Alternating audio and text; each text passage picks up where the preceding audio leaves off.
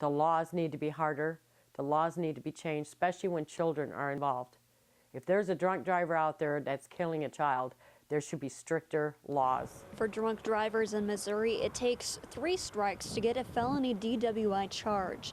Just 5 years after a hit and run with a pedestrian driving on the wrong side of the road and slamming into the side of a van, Bradley Turner was back behind the wheel, this time 5 teenagers with him. If the accident would have happened just 10 miles north on the other side of the state border, the penalties could have been much different. Iowa laws have a lifetime look-back period. In Missouri, you're only considered a repeat offender if your second offense is less than 5 years after your first. And Adair County Prosecutor Matt Wilson says the punishment for a first-time drinking and driving offender can be less severe than other, less dangerous crimes. I struggle with this, and you have, and by no means I'm not condoning underage drinking by any stretch of the imagination. But when you had let's say you had a group of 19, 20, and 21-year-old kids sitting in a dorm room or in an apartment, sitting around drinking alcohol. If law enforcement was to arrive, those 19 and 20-year-old kids would be looking at up to a year in jail, okay, a loss of their license, and up to a $1,000 fine.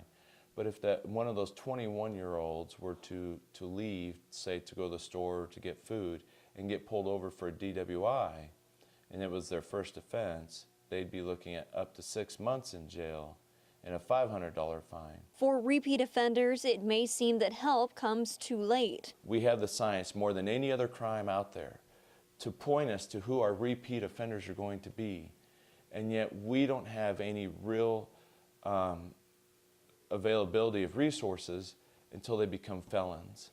And now, not only have we allowed those people to drive and get caught 3 times, let alone how many times they've done it. Alicia Thompson has been side by side with the families who lost their children in that November crash. Mothers Against Drunk Driving refers to these crashes as crashes and not accidents, because the way we see it is these crashes could have been prevented. They are 100% preventable. Because somebody has made a choice to get behind the wheel, either impaired from drugs or alcohol. It's all part of a greater effort to keep everyone on the road safe, and it's everyone's responsibility. People lose their children, grandchildren, children, and it's not right. There's never, ever a good reason to get behind the wheel of a car after you've been drinking. I'm just a grandma that cares about my grandkids, that cares about everybody's kids, actually. Because this could happen to anybody. Your life can change in an instant.